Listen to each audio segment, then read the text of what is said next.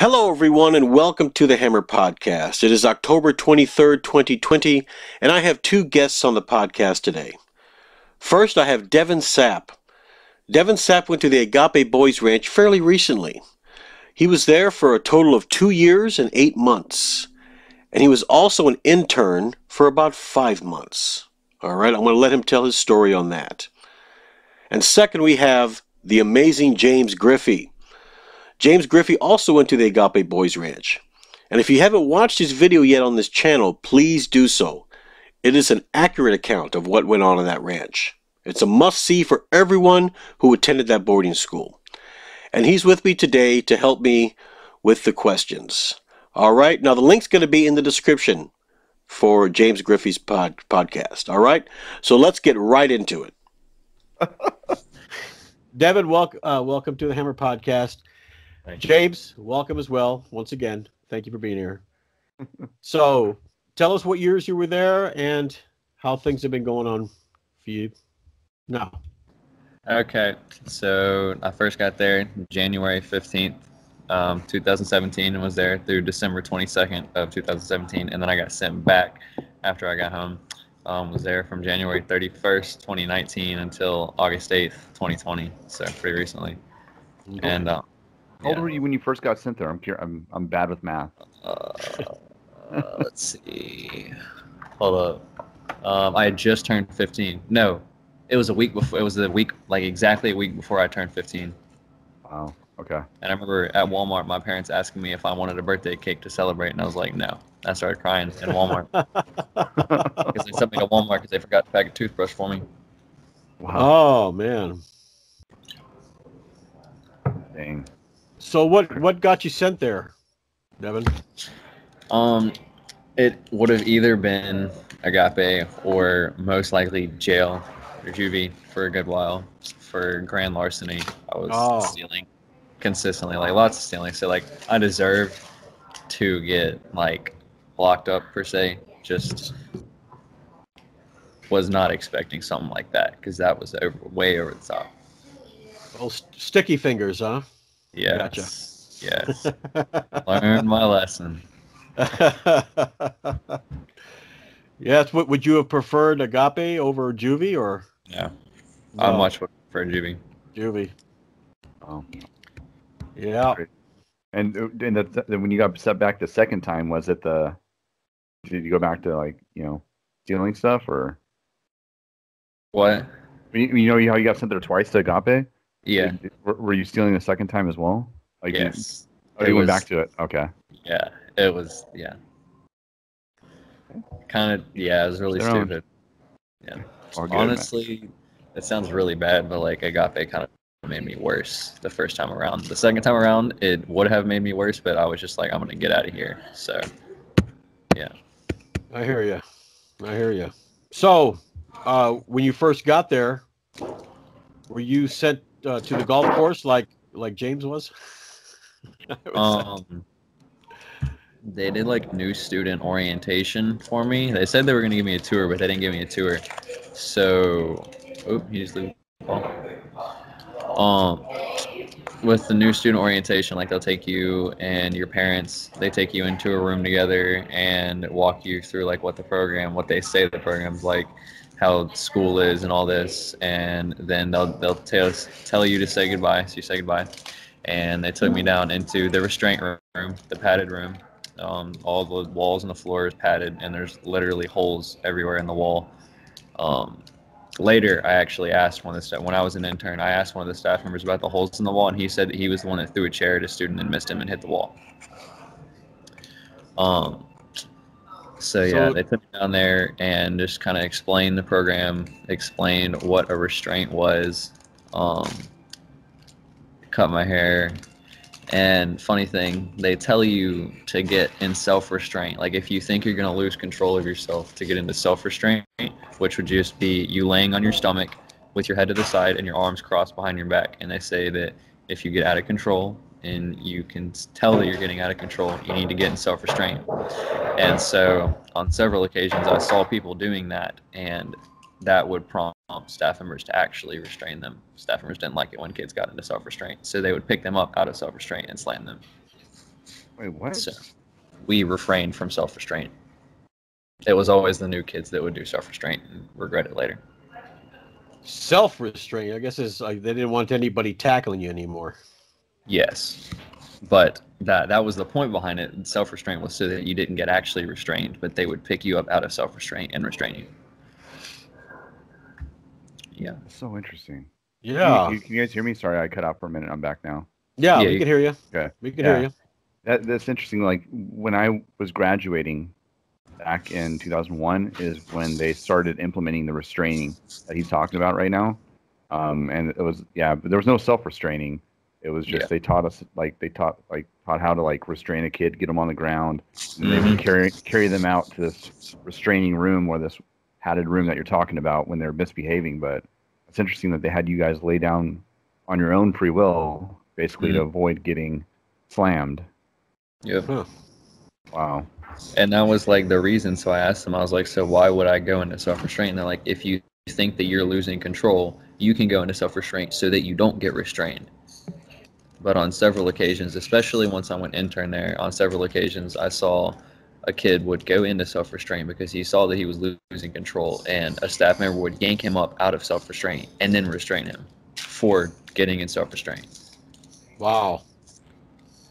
It's crazy. So you were regulating yourselves, Yes. right? Doing what they told you to do to avoid getting restrained, pretty aggressively, and then they would still pick you up and throw you around. Because, man, that's and this happened quite frequently. Like I just can't imagine like me being there, like a kid actually getting into self-restraint.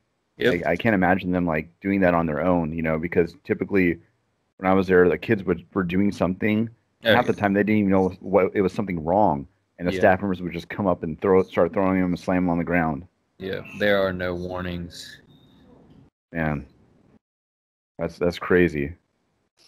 So when you got there, you seemed like it sounds like you're pretty chill. Like you're just like, I mean, did they throw you around, any restraining or anything like that happened with you when you first got there, or maybe I missed it when I cut out?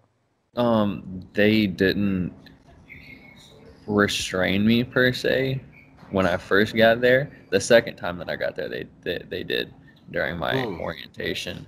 But the first restrained me, then they just showed me what it was. So they picked me up and slammed me, but they didn't put me through the whole 4-hour process of staff members sitting on your back and digging their elbows into you and all that. They didn't do all that. They just slammed me so that I knew what it felt like, was what they said. They're like, this is what it's going to feel like. And pick me up and slam me. Oh my gosh. Huh. Welcome to Agape. Oh, man. You figured after all these years they would have changed their tune, Well, they have. I'm sure. Like it's way different. It's way different than when I was first there. Like literally, like punching you and headbutting you, and okay, that. Yeah. So they've gotten from that to this more. I don't know. I'm sure if the government came in and said, "What do you do?" Oh, we have a procedure and how we restrain the kids, and this is how we do it. We ask them to get down, and then we, right? It's why it sounds so much better. Yeah. Then we rough them up. Yeah. They would know when there was, I don't know how, but there was like inspectors or whoever that came, or if parents would come and be touring the property. On one instance, we were in the gym. I was an intern, and there were some kids working out in there because they'd gotten in trouble. And I forgot what the kid did, but the kid was about to get restrained, so staff member was yelling and screaming in his face. And one of the parents walked in with Charlie Faulkner. He's like the director. He like shows everybody around, and the parents walked in, and the staff member immediately calmed down, and he was like, all right, I'm gonna need you to get in self-restraint. And so the kid got in self-restraint, and he's sitting there like sweet talking. I'm like, okay, you're gonna have to calm down now. You're gonna have to get control of yourself so that I don't have to restrain you. The second they walked out the door and they were out of earshot, he picked him up and slammed him harder than I've ever seen him slam anyone else. Wow. That's wow. I'm just, it irritates me, Jason. Honestly, this pisses me off. Like knowing that it's still like this. I kept hoping that I was gonna be better all these years later. Yeah. Knowing that they're gonna be nicer and like all this stuff, but it sounds like it's just as bad. Well, like you said, they're not headbutting you, but they're still slamming you on the floor. Oh yes. When I got restrained, I Okay, I wasn't even running. They said that they thought that I was running. I was speed Yep. walking down a hall because I was late to church. I was like, because like the whole group was going up the stairs from the shower bay to church, and I started speed walking because I was falling behind.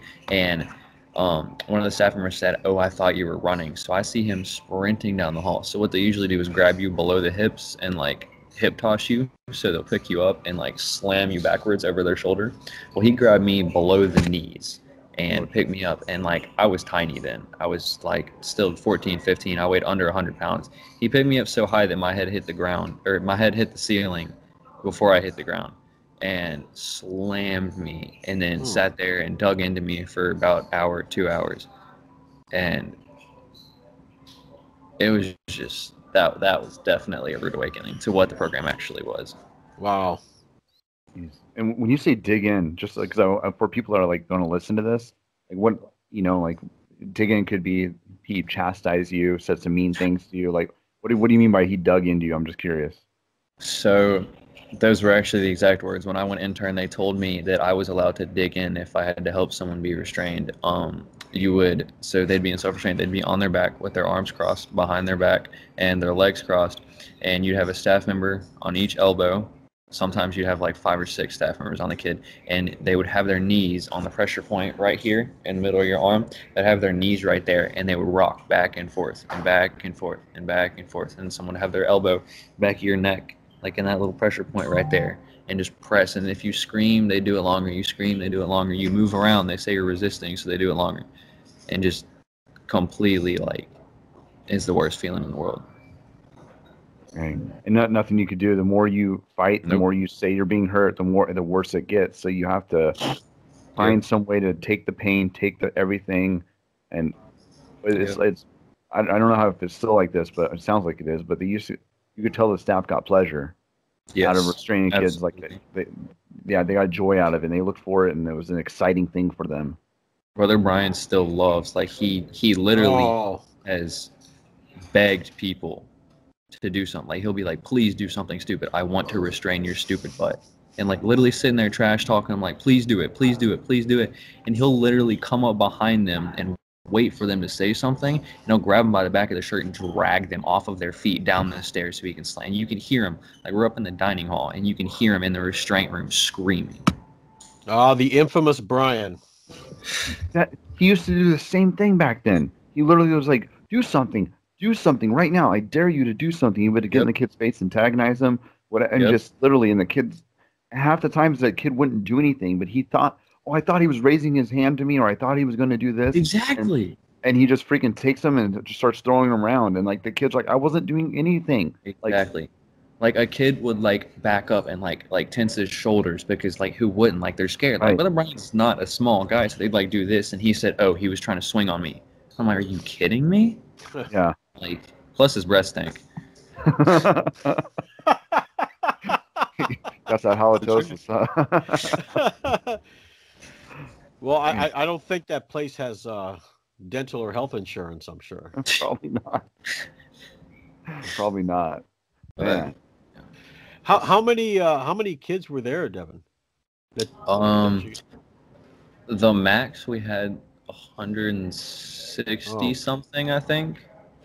Wow. We got down to about 80 at one point, but then they shot back up because Brother Brian was explaining it to me one time when I went intern. He's like, the way that we get our students is that we pay Google like a certain amount of money, and if we have less students, we pay them more money, so that they're the first boarding school that pops up on Google when you type in boarding schools for troubled teens. So wow.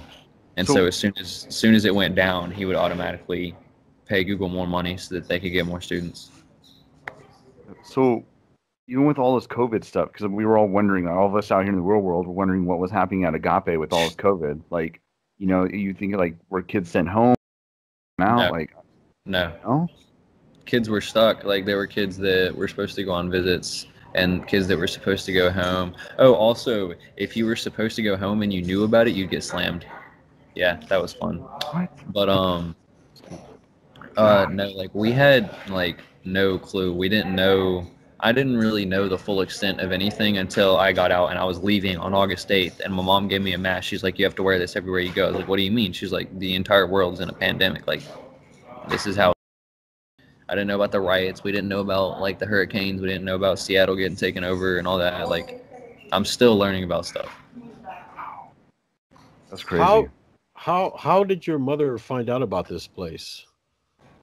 She looked up boarding schools for troubled teens. And of course, they pay Google to be the first one. Yep. Wow. Huh. That's Wow. good. That's good information to know. 'Cause, like, for some of us that are trying to combat that, like, if we ever get to the point where we have funding, we can. Because I do like marketing and stuff like that. And I've done like running Google ads and all that. We can literally like, if we get funding or whatever, we can actually get to the point where we're paying to have. If we have a website or something, we could pay to be. You search Agape or troubled teens or something like that. We can have our own stuff pop up there, and basically bid against them for ad space. That's good to know. I thought they were still going through preachers and stuff to get a lot of their people there. I didn't know that they've caught on to what the internet is over there. Yeah. And like one thing that really proves that they're in it for the money is that if you're there for under a year, they won't give you your credits. Like, we had kids leave a week before they had been there for an actual year for 365 days, and they had finished 3 or 4 grades in paces, because some kids can do that. And Brother Brian wouldn't give them any of their credits.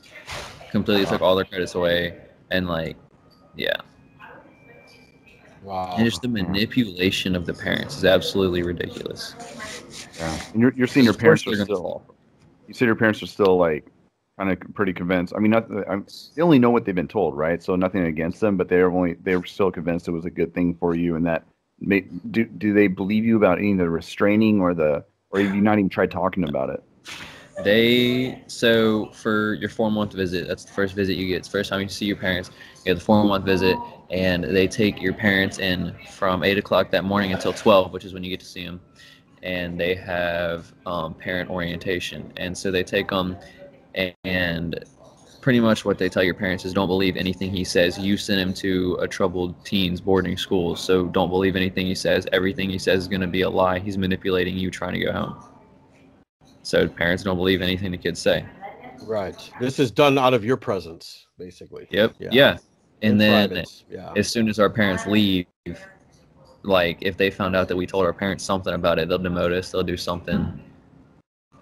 That's so crazy. I get what they're doing from their perspective on how to keep their place safe, and have the parents keep you there, but they don't realize what that's doing to that relationship, man. Like convincing your parents that you're lying, that you're this, not to believe you, to believe the school over their own child, and then now you get out of the school and it's like, you're like, hey man, they beat me, they abused me. Like, hey, I was sexually abused there. And parents like, sure, yeah, whatever, and it's like, it's so effed up. All the websites, the Facebook pages, all the staff members there would talk about it and laugh. They'd say, yeah, it's just a bunch of pissed off students from there, just blowing it off, trying to give it a bad name. And I'm like, that's not true, because all of it's real. Yeah, they're just trying to sweep it on the rug, like it's like we're the problem, and like look at them, like. I mean, you're going to. It's not like you're sitting here like doing drugs and drinking, like as you're doing this interview. You're in college, like ever since you've been talking to Jason and myself, you've had a pretty level head about yourself with everything, So but still trying to devalue us, and it even after we left there, it pisses me off, man. It really pisses me off. Well, everything about it's true, from the transports to the PTSD after going, like everything. It's bad. Yeah. Did they make you dig holes? Kind of. Sometimes, like they'd have work crews. They'd make us dig holes. They made us dig trenches, and they call trenches now. They'd make us do rock hauling. So they'd go out, and like it'd get hot sometimes in Missouri during the summer, and they'd pick the hottest part of the day, and they'd take us out and not let us have lunch, because they're only required to give us 2 meals a day. Not let us have lunch. And they'd make us pick up rocks, big rocks, and move them from one place to another all day. And then once they got all those rocks from that place into another pile, make us pick them up and go put them in another pile in the exact same spot. Like, we just move them back and forth and back and forth. And like, if you tried to get water from a hose or something, they would absolutely freak out and they'd slam you on the rocks. Yeah, I remember that we did the rock hauling and stuff like that too, and the water breaks were dictated by the staff members. So if everyone's different. Like, so if you're there and you're super thirsty and it's been hot, you've been sweating, like you have to be even to the point of passing out. And even if you pass out, they don't believe you really passed out. Like, Yep. they'll They literally say come you're up and faking just it. yeah, they'll slam you and like, come on, come on. Like I've seen them like grabbing kids by the belt and just Yep. dragging them across the rocks, Yep. across the ground, just like, and the kids are just completely limp, you know. And Yeah. it's like, oh, you're faking it. Get up, get up. There's no way you're passing out. Like I'm fine. Yep. And it's man, it sucks that this stuff is still happening, You know, I'm amazed they haven't killed anybody yet. right? Seriously, like they Yeah. push them all to this limits, all these different pressure points, everything they're doing. You would think that It's some kid, completely ridiculous. yeah. There is one kid that I've known that was there when I was there. He has like sciatic issues from Brother Brian. What some of the stuff he did with his Jurassic elbow and all that. Yeah. He came out of there with like issues with the spine and stuff. And yeah, that's crazy. Another thing that you said to me, Devin, that's interesting too is so it's not just what happened there. Like now, like I hope you don't mind me saying this. But like when you said when you got out too. Now that you're out, so you just got out in August 2020. Right? And now that you're out, like people call you by your last name or say Yep. things, and like I'm curious, like what's happening now, like with you, like you're out in the real world. It's like it's pretty much what you'd call PTSD. The other day I was walking with a friend and there was like a loud sound and I like freaked out, couldn't like pretty much had a panic attack. While I was at Agape, it was literally like I was scared to walk around a corner because like every time you walk around a corner, there's gonna be someone there. That's how Agape was. Like I'm scared to walk around corners. I don't like people being behind me. I can't be in like a pool with other guys anymore. Um, Why like not the someone, pool? I don't get the pool part. You said that earlier, but yeah, there's a pool at Agape, and they would call it crucifying, and the other kids, like the staff, wouldn't care. The other kids would literally hold you under until you passed out, and then throw you out. Yeah. Wow. Yeah. Um, yeah, and like people, they call you by your last name there. Everyone calls you by your last name, and I'll hear something that like rhymes with Sapp, because Sapp is my last name. I'll hear something that rhymes with it, and I'll like, whoa, like who just said my last name? Just like it's freaky. I don't know. Wow. James, it sounds like it's worse than it was when you were there. yeah, I think there's just a lot of stuff I don't remember, but at the same time I think that man, that's why I was excited to have him like talk with on your podcast is because it's fresh. Like he literally Yeah. just got out of school and like this is all fresh. Like for some of us, we're going back 15, 20 years trying to remember the stuff Yeah. that we blocked out of our head completely. And Yeah. you're right, it sounds freaking terrible, dude. Like it doesn't sound like it's gotten any better. Especially with Brian coming back like that. I heard about that, dude, and like I was hoping that maybe he's old now and he's a nice guy and really No. found Jesus or something. Like I thought Alan was bad, and then Brian got there, and it was 100 times worse. wow. Alan's still there. Oh, that guy was interesting. I remember him. He left eventually. I did not like him, but like I thought he was bad, but no. Wow. So is Brian running that place now, or? Yep. So do, like Brother Clemson's pretty much stepped down and Mam, or are they kind of just like back? Yeah, Brother Clemenson and Mam pretty much stepped down. Brother Clemenson's going through like chemo and like cancer treatment and stuff right now. But like Brother Brian straight up told all the students, he's like, I wish they would go ahead and die so I can have full claim to this place and do what I want with it. Wow. I was like, first of all, like that's his dad. Like, Right. who says that about their dad? Like, Yeah. I don't know. Man, and that's just scary. The fact that he'd be the one running it if they, like, well, he is the one running it now, but Yeah, just he like is. him. 'Cause I remember a one time back when I was there, like Brother Brian came back around and we helped build a second boarding school that he was Yeah. going to run. It was called Trinity, I think. Yep. And like it was going to be his thing to run, and like so he took a certain amount of students from our school, moved him over there, and he was running it. And we used to envy them at first because it seemed like it was cooler, but like, dude, from what I hear, it was a freaking nightmare. So, wow. So when you left in August, I'm sorry, I think you said this already. When you left in August, how many kids were there roughly when you left? Around 100, 120, because he thought that there was going to be a bunch of kids leaving because of COVID, but like no one left, and so he kept on getting more and more people, and so there was like a waiting list of like 60 kids. So Did they it was even did they even we hand would out masks at all for COVID? no. No. Really? Kidding me? Nothing. I guess they figured Jesus would protect you. I guess so. Wow. That's crazy. If I was a parent and I knew that my kid was there with all the stuff going on in the world and like found out that they're taking no precautions whatsoever, like that even has to be like a legal thing, right? Like I would think on a state level, like everyone's required to be wearing masks and social distancing and everything. Like, Well, they said that it was a secluded environment, so it didn't matter. I went to the ER on one occasion. That's another thing. I went to the ER because I busted up my hand. I stuck a rock like halfway through my hand. Went to the ER, had to get it patched up and everything. They didn't tell my mom. My mom didn't know about it until my visit like 3 months later. And I went to the ER for it. didn't tell your mom that you went to the hospital. It's Also, crazy. I had pneumonia, so I went to the hospital because I had pneumonia. I didn't know what it was. And I was having really bad pain, so they took me to the hospital and gave me x-rays and everything, gave me a bunch of drugs. And they didn't even tell me what it was. The doc, like the Brother Dumar, he's like the medical coordinator. And I asked him, and he was like, oh, yeah, they told me it was this. And my mom didn't know about it either. And I was like, that's ridiculous. But they gave me a mask like when I went out because like you have to have one because that's how the world is now. But that was it. And why am I wearing a mask? And they're like, just because of COVID. And I was like, what's that? And they're like, don't worry about it. Oh, man. Wow.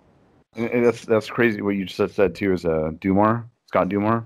He's a medical guy. Like he was there when I was there. He was a student. Yep, he was a self-enrolled student a while back. He graduated and now he's married, has 2 kids, and he's the medical coordinator at Agape.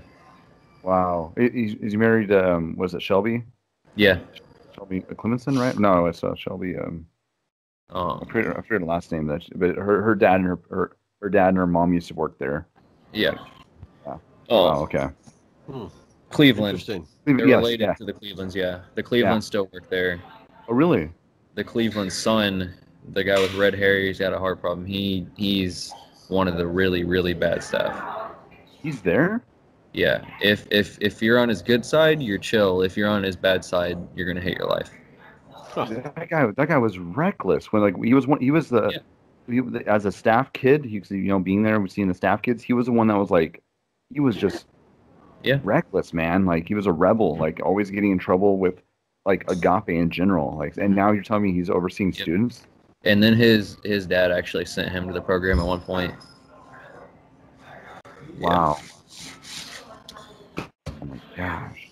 It's just, Jason, some of these people, like knowing them from back when I was there and knowing how effed up they were, and now seeing that they're still overseeing these kids all these years later, dude, like, that's not good. Like, no, it's not. It's, like I said, it seems to be getting worse. Man. And like it's not like when I went there the first time, it was a lot of gangbangers. It was a little like it was like juvie. There was a lot of gangbangers. But now it's kids that would literally get bad grades, or they would be a little bit disrespectful to their mom, and they'd get sent there for like the dumbest things. Like completely innocent kids have never experienced anything like this before, and now they're getting slammed around, treated like crap, getting bullied, and like all this stuff. And I'm like, this is completely ridiculous. You know what a 20-second rush is? Was that a thing when you were a student? 20-second rush. So we'd be in the gym and someone would yell 20-second rush on whoever. So if it was on me, they'd yell 20-second rush on Sapp, and the staff member would literally turn his back while everyone in the gym ran for 20 seconds to beat the crap out of the kid. For what purpose, though? Like if you acted up or you did something wrong, or the staff member just didn't like you? They didn't like the kid. Wow.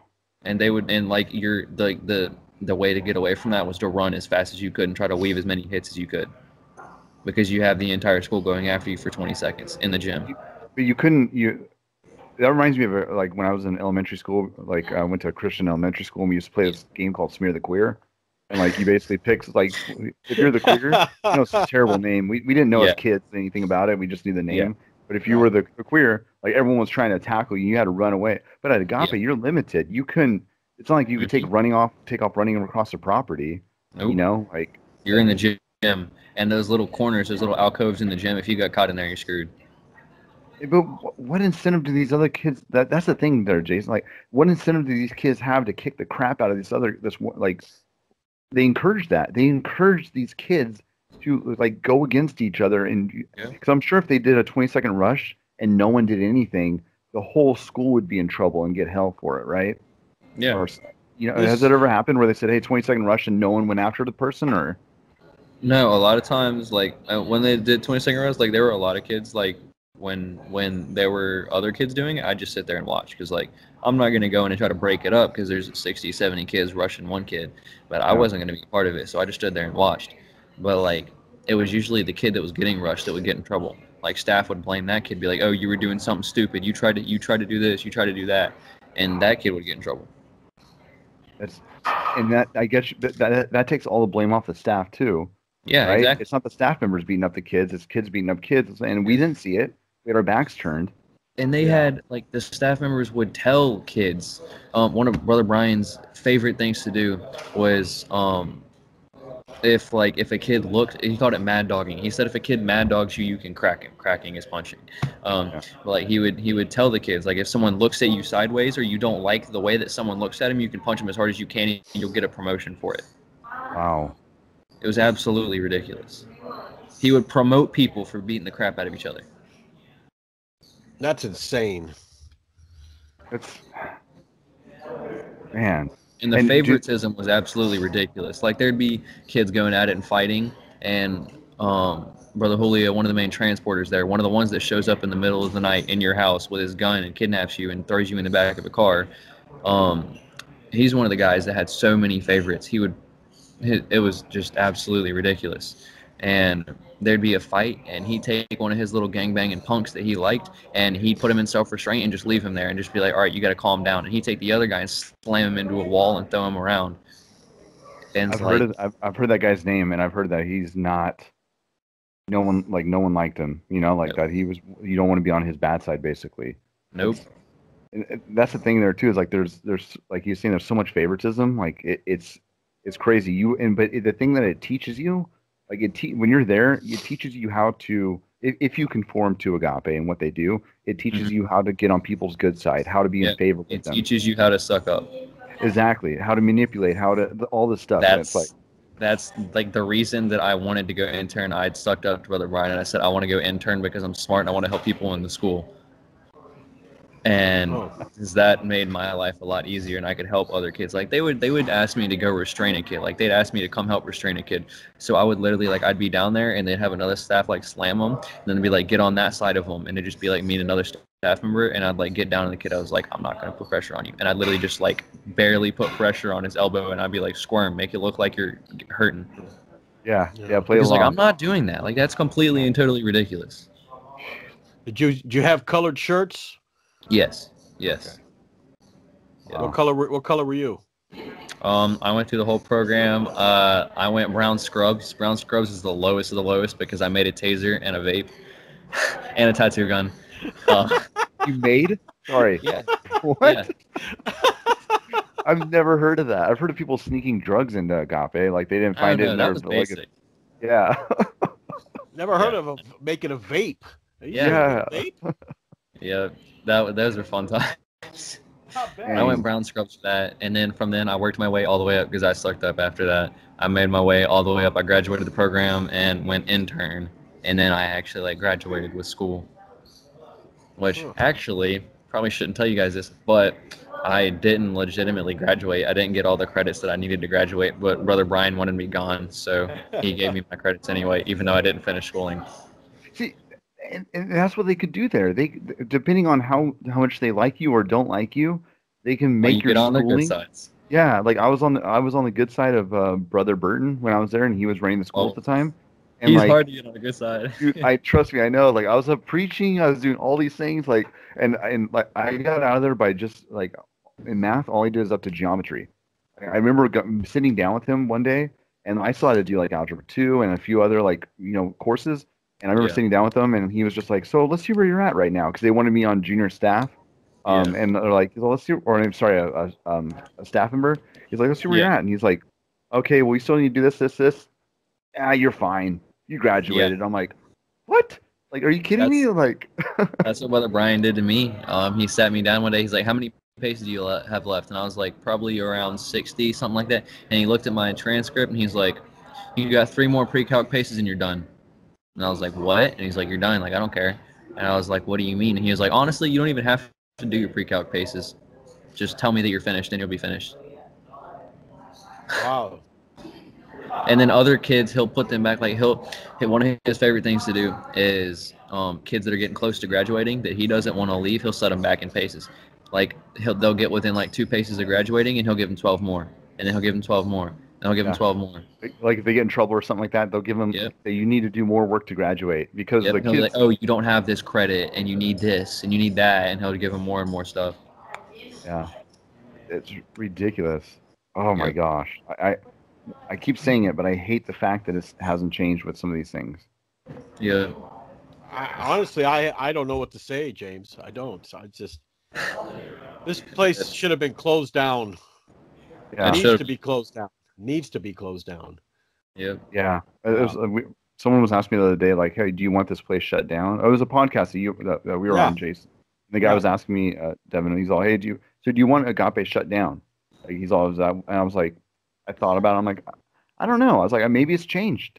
Like, I really genuinely, I was like, maybe it's changed. If it's changed, maybe it should stay open if it's really helping kids now. Like, who knows? But now after hearing this from just 2 months ago, it hasn't changed. It's only gotten worse. Yep. It needs to be shut down. Yeah, Gosh. it does. It does. I mean, putting kids in the pool and putting their heads under the water till they pass out, you can drown doing that stuff. You know what I mean? Yeah, so like it's like you said, like I can't believe someone hasn't died yet. You know, like it's the luck of God, right? God's watching over them, not letting them kill anybody or something. Exactly. I don't know. give it time, James. Give it time. Something's going to happen, and it's going to be too late for them, and we're all going to end up going to prison. Yeah, that's. I still can't believe all this stuff. I'm trying to think of what else to ask you. Like, what else do people need to hear about, dude? I just want to say this. They had a staff member a few months ago, it was probably like 6 months ago now, and they had some balloons that they were doing for something or another, and one of the students had a balloon in his hand, and the staff member told the student to hold still, and he threw his knife at the balloon and sliced his hand, like permanent nerve damage, like all the way down his arm, because he threw his knife, and I was like, and the staff member got like a 2-week suspension where he couldn't talk to students, and then he came back. That was also a staff member that got caught giving them dip, giving them cigarettes, letting them do whatever they wanted. And oh my God, yeah, that's crazy. I hope none of them staff members are banging the students. Well, that wouldn't surprise me. Wouldn't surprise me at all. I would not be surprised at all. Dude, and that's the thing that tripped me out. Of all the things, like when I got out, Devin, like all these years later, and I'm like talking to people I was at the school with, and like, oh yeah, so and so was hooking up with so and so at the school, and that staff member was sleeping with this student. And I'm like, what? How did I not? I didn't know about any of this stuff. I've heard stories about that. I've heard a lot of stories about that. Also, Wings of Faith, the partnership, like the girls' boarding school, it's like right down the road from Agape. It's like pretty much the same thing as Agape. I've heard really bad stories from them. I have not even heard of that school. Wings of Faith. It's I've heard about it. Partner with Agape, and it's the girls' version of Agape. We got to get one. It's got like 20 students. Yeah, we got to get one of those girls on this podcast to tell the story. Mm-hmm. Yep. I'm trying to find someone because there's a bunch of them. We would, if you got on someone's good side, you can be on a work crew and you can go and clean the chapel. And so we used to like pass notes. We would like write stuff and put it in the seats so they would find. That's cool. Because like literally, if you look at a girl, you're gonna get slammed. Yeah, exactly. Oh my gosh, I remember being like, even now I got out of Agape, you know, like being out in public and seeing like a cute girl walk by, you know, like, and just like putting my head down and like shaming myself, like I'm so sorry. Yes. I can't believe I did that, like, you know, and exactly. like, or they come talk to you and you're avoiding eye contact, you're looking away, and they just think you're freaking crazy because you're like, is everything okay? You're like, no, I'm just being respectful. I'm just being respectful, like. Yeah. Oh, wow. I was so like weirded out talking to girls my first few weeks home. Like I went to the beach. Like my first week home, I went to the beach for a week. gosh. And like my head was spinning because like, you know, there's girls in bathing suits. Like what else do girls do at the beach? And like Yeah. I was like so embarrassed because like there were girls in bathing suits. Like that's a normal thing, but like I was embarrassed. Like I like couldn't handle myself, and I would like literally just walk around with my head down, like not want to be on the beach. And like a girl would talk to me, and I'd be like, I gotta go. Like I just didn't know what to do. Right. Dude, Wow. I smile because I know I get what you're saying, but I'm not laughing because it's that's just it's screwed up, dude. Like it's so they don't prepare you whatsoever for the real world, you know? Like if you went from Agape to Bible college or Agape to military, like going right into the Marines, like you'll be good. But going Yeah. from Agape out into the real world, like you're that adjustment is just you're so screwed up. Like And it's even so tough. like they say that they're like the normal independent fundamental Baptist IFB and all that, but they're really not because I'm going to Pensacola Christian College right now. That was that's the deal that I made with my mom to get out of Agape is that if I graduated, I'll go straight to Pensacola Christian College. And at first I didn't want to. Now I really like the college because this is independent fundamental Baptist, but it's absolutely nothing like Agape. Absolutely Right. nothing like Agape. What are you majoring in? Professional writing. Yep. Nice. That's Okay. cool. Yep. So that's interesting. So is the school that you went to, is that Agape approved? Like when you told them, "Hey, I'm leaving here. I'm going to this Pensacola," you know, Yes. are they happy Well, about it? Well, one of Brother Brian's daughters went to PCC, and so like he kind of approves of it, but like I had a bunch of the staff members pull me aside, and he was like, "Their standards aren't right. They let the girls wear shorts sometimes, and their dresses can come up to the knee." And I was like, "Bruh, I don't care. Like, I don't care." And like they were like, "You got to be careful and you got to guard your heart," and I was like, "That's funny." That's cool. Oh, Dang, man. that's jeez, man. I This place does not prepare you for the world. I'm telling No, you. not at It all. doesn't. It Not literally at all. freezes you in place. Like, yeah, plus one really big thing for kids coming back into the real world is they don't realize like people change, people move on. Like my first time around, I came back and you know I had a bunch of friends at school and I was expecting to come back and have all these friends and I walked into school and like nobody knew me. Like one of my friends came up to me, she was like, "Are you Devon Sapp?" And I was like, "Yeah." She's like, "Dang, it's been forever," and like walked away. Like people change, like the world changes and people are not ready for that when they get out. And that's why Yeah. so many kids do bad after they get out of Agape is because they're not ready for it. Like they don't know how to cope. There's so much going on around them.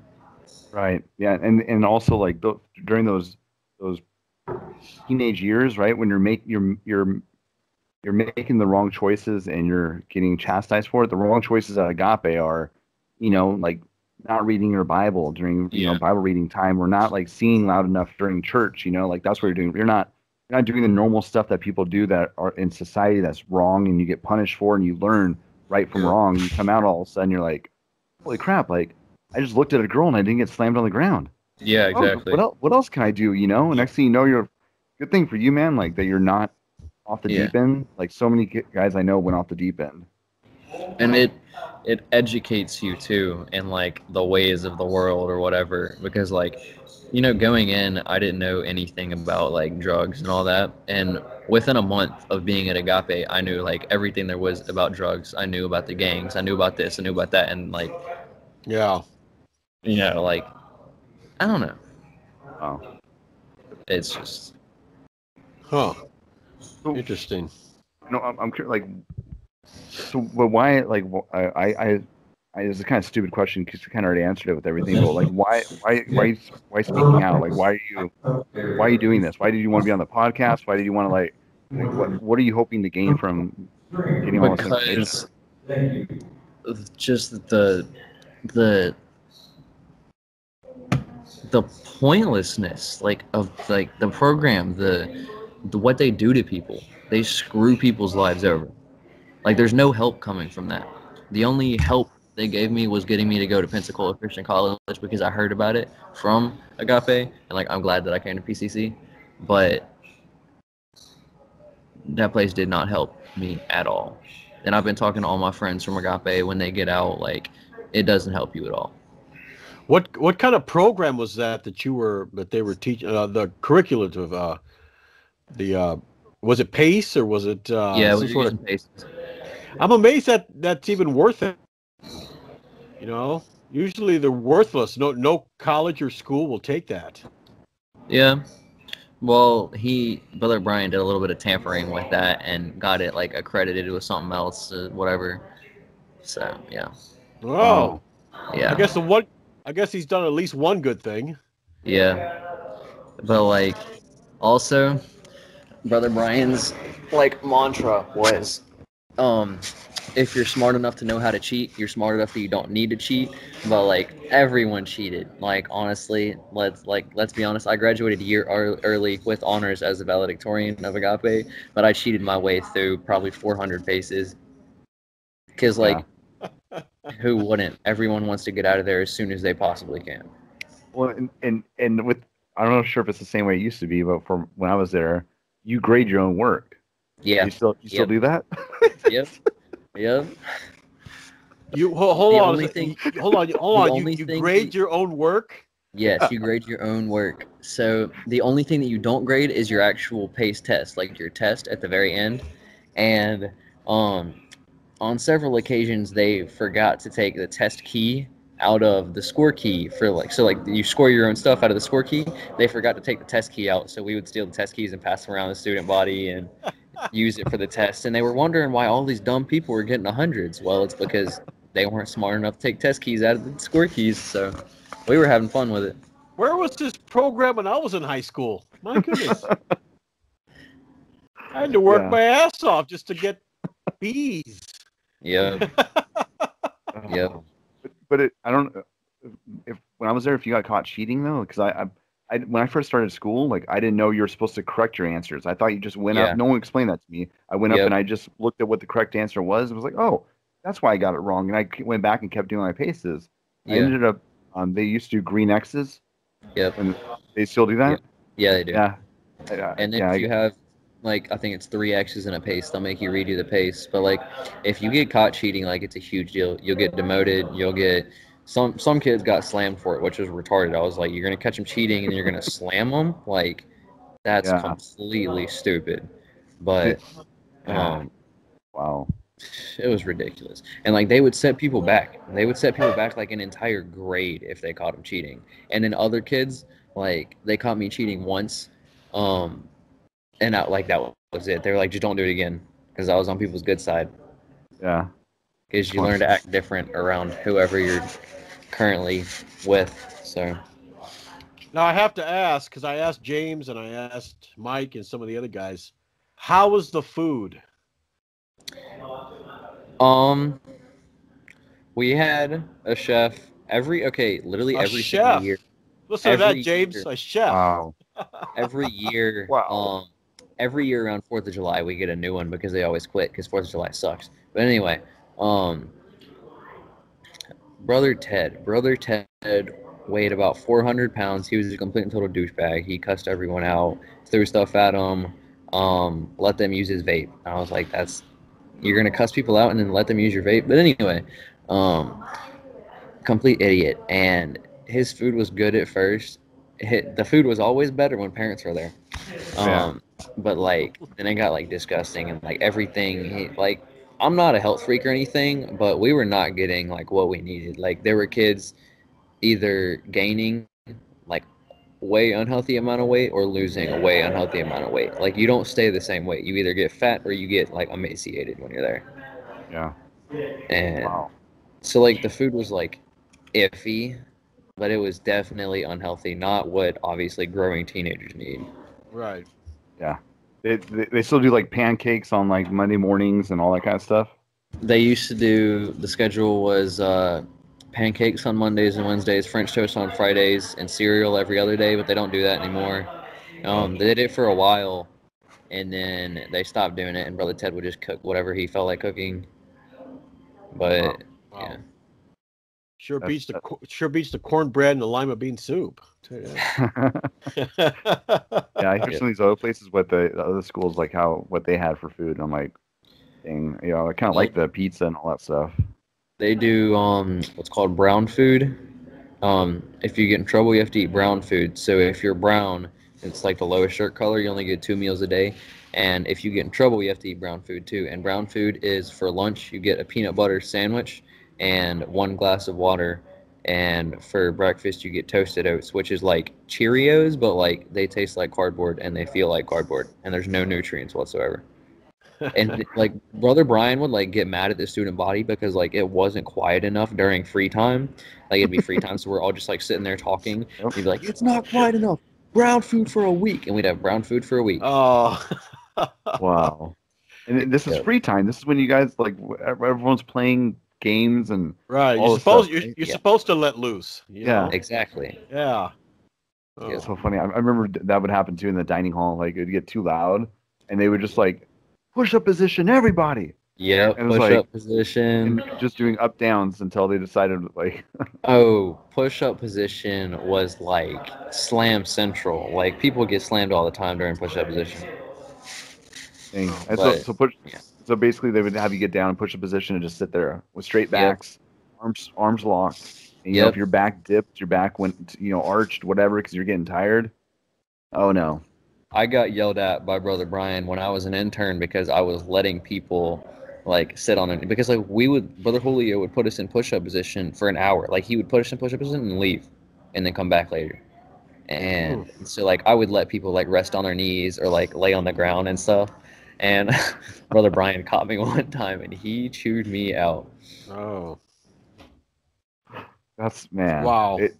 So the PT that they do there, like I forgot about it until like someone else talked about it recently. Like it was insane. Like what is it, the crab crawl, whatever it was, or the oh my gosh. That's not even the half of it. So what they'll do now, one of the staff members he's an old student, so like I thought he would understand. Like he just graduated from the program and went staff. He runs Browntown now.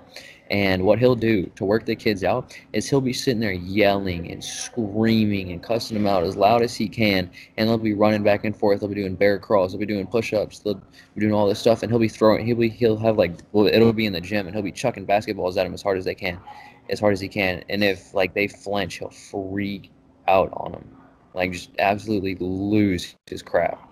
My gosh. I remember that. I remember being in boot camp, and they would do that on the basketball court. Not the basketball court, the volleyball court. For us, that's because it was the sand pit they would do the PT in. Yep. And they would do that. They would throw balls at us, and we couldn't. Yep. I remember, holy crap. I remember this now. And if you flinched, oh my gosh, like they would screw you up. Like they would be so bad. They started throwing you around and everything. Like you had to stand there and take the hit. Holy crap. Wow. Yeah. I cannot believe they passed all this stuff on. Because the guy that used to run the PT there, the boot camp, he was a ex-Marine, Brother Vanderkoy. I heard about him. Yeah, dude. Yeah, it's the weird thing is he actually calls me like once a year now. Like still, like all these years later, he still calls me to check in on me, see if I'm following God and all that stuff. Like I think now that he's out of the school, like he kind of regrets how he was there, and he's like trying to maintain relationships with some of the students and stuff. But I'm like, dude, I don't know. No. It's like the staff literally, like during Browntown, the staff want people to do something stupid. They'll ask, like they'll be like, "Does anyone want to do something stupid? Please do something stupid because I want to restrain someone right now." Like it's just wow. It's ridiculous. So how's your life now? How is my life now? It's good. Question. I mean, obviously, you've probably gotten this, James, the nightmares. Like, I'll wake up in the middle of the night thinking I'm back in the program, thinking that Brother Julio or Brother Brian's screaming in my face that I went brown scrubs, that I'm there until I'm like 21 or something because I can't walk out. That's another thing. When you're 18, you can legally walk out because you're not a minor anymore and it's a minor program. But you can't walk out unless you have a valid form of ID, and they don't give you your ID. So you can't walk out. I didn't know that. That's ridiculous. That's crazy. Yeah, my life, it's going. College is a little stressful, but it's good. I got friends, so. Well, that's good. Dang. Are you part of the Agape Homies on Facebook?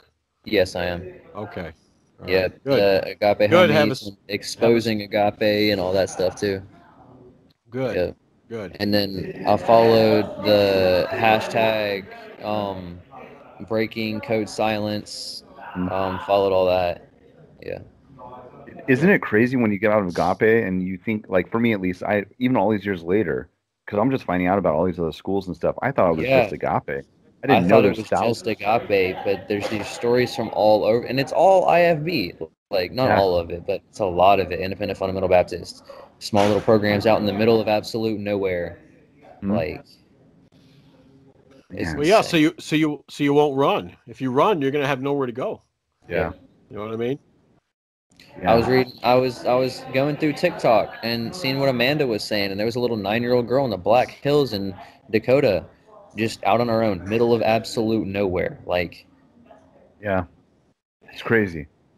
And the fact that this stuff isn't on the news, the fact that it's not like, you don't hear yeah, about it, like it's almost like this underground stories that don't make it to the mainstream media that no one's yeah, talking about, nothing's, and you hear about it, you're like, wait a second, if a little girl went missing in Southern exactly. California here, it would be an Amber Alert, there'd be all this stuff happening, Mhm. like, but all of a sudden it happens from one of these programs, it's like, shh, don't talk about it, Yep, don't say anything, like, it, what they get away with, it just it yeah. pisses me And off. I I they've got the whole town of Stockton. That's where we're located. The whole town of Stockton wrapped around their fingers. They've got the sheriff department. They've got all this and all that, and they've got everyone in the town knows that if they see some kid with a buzz cut and a solid colored shirt, to call the police and stay away because they're scary and they're probably armed. Yeah, That's what I they tell them. I think the reason why, James, what you were talking about is because, and this is my opinion, but it's because it's a religious organization. You know what I Yep. mean? If it was a state-run oh yeah, organization, the Yeah. cops would be there in no time. Yep. yeah, But you know how it is. You don't want to screw with the Yeah. religious organization. yeah. So some people are just superstitious that way, I guess. Mhm.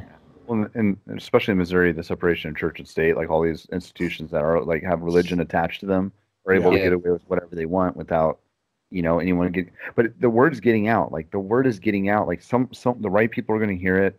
There's a Yep. protest that's happening in November. I think it's 14th. Doing in Missouri, where the bunch of people from Cedar Circle of County. Hope. Yeah, Yep.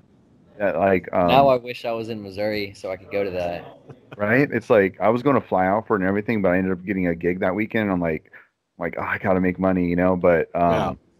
But yeah, it's stuff's happening. So like, and dude, Hammer Podcast, man, you're freaking awesome.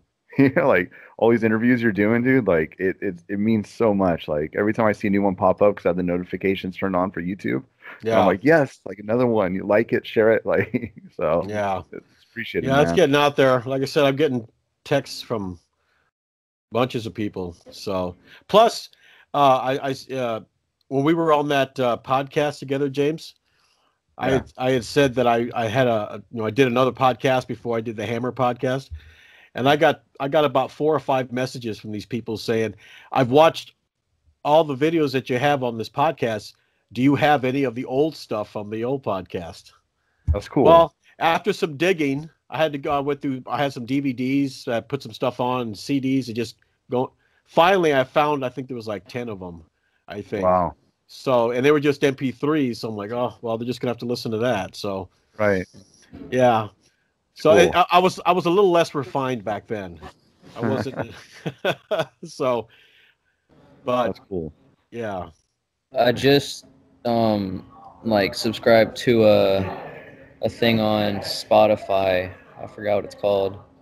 Um, but it's a podcast and it's like the teen um the I can't even remember what it's called, but I was scrolling through and it's a podcast and it's stuff like this and it's people's testimonials coming out of places like that and what's happened and just yeah.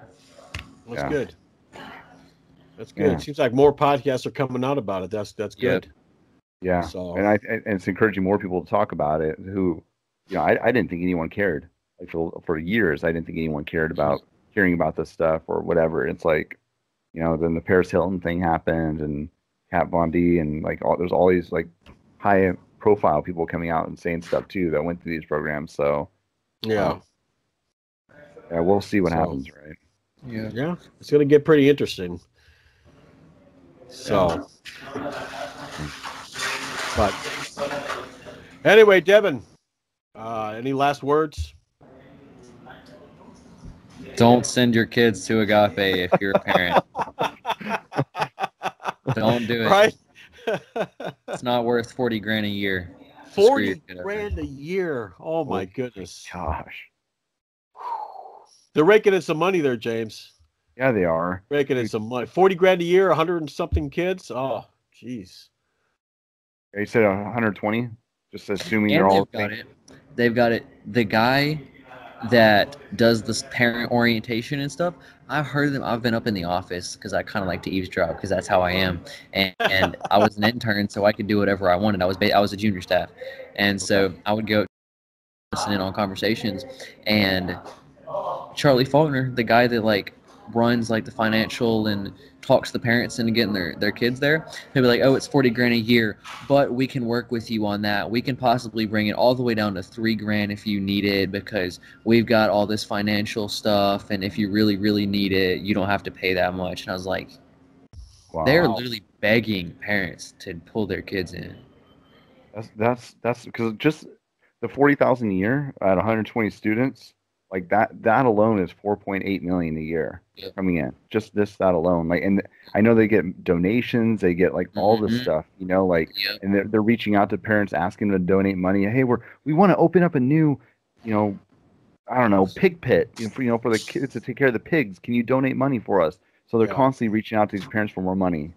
The first time I was there, they said that they were going to make a new dorm and a new gym and something like another weight room or something. And they raised all this money. Like they were bragging about like how they made like $100 and something thousand. And so they poured the concrete pad for this, and it sat there. And they didn't even put up the walls. Like it sat as a concrete pad for 3 years. And then I came back, and near the end of it, they put up sheet metal walls and stopped. Wow. Like, where's all the money going? What are they doing with it? They're not paying. I know they're not paying the staff, because I know the staff members the staff get paid trash. Right, dude. That's so. I didn't know the money. Jason always talks about, it's all about the money, about the money, dude. There you go. You have your numbers now, Jason. Like that 40,000 a year. That's crazy, man. Yeah. And it's a $5,000 to break the contract. It's a $5,000 fee. So if they say they're going to have you there for 3 years and they take you home in 2. They do it based off of there's a year contract, and then after you're done with a year, you can do it monthly, or your parents can say he's here till he's 18. If you break a contract, it's $5 grand. Gosh, I'm glad you threw that in. That's good information. I want to take. I don't know if you're okay with this, Jason, but I've been meaning to ask you, taking clips of your podcast, putting them on TikTok. Anytime you want, go ahead. Sweet. I think like stuff like that, like that's so impactful. It's like, oh, they paid this much, or the slamming, or the whatever, like that. Yep. Yeah, cool. Okay. Yeah. And feel free. Are you cool with that too? Like, are you okay with me like taking clips of this like podcast and using it on TikTok? You talking to me? Yeah, definitely. Yeah. Yeah, for sure. Okay, that's fine. Okay. Oh yeah. Cool. Sweet. Definitely. Cool. Wow. 40 grand a year. That's a lot of money. Yeah, it is. And like us students always talk about it. Like, where's all the money go? Because they don't do crap with us. They just sold all of their exotic animals, because they had like zebras and emus and like all like water buffaloes, a bison, like all this crap. And I was like, what's the point in that? And they're like, oh, it looks fun. But they just sold all this because they said that they were short on money. Where does all the money go? Because they don't spend much on us. Yeah. They don't spend that much for the program. They don't take care of any of the facilities. Right. The way that they clean it, they make kids clean the showers and everything with toothbrushes. Like that's how they clean the shower bay. It's free labor. It's free labor. Well, exactly. Actually, you guys are paying. Yes, exactly. To do the labor. Gosh. It's quite the scam. I'll tell you that. But you know what they're going to do is they're going to look at someone like Devin here and be like, look, he came in and he was stealing. he was thieving and stealing, and the home life was probably a wreck, and this and that, and now he's at Bible college. Yeah, that's exactly what they do. Yeah. Agape work. And they don't ever mention the kids that do bad. And I'm like, No. so what happened to this guy? One of the guys that was there, I was pretty good friends with. He was 15. He just died of a drug overdose.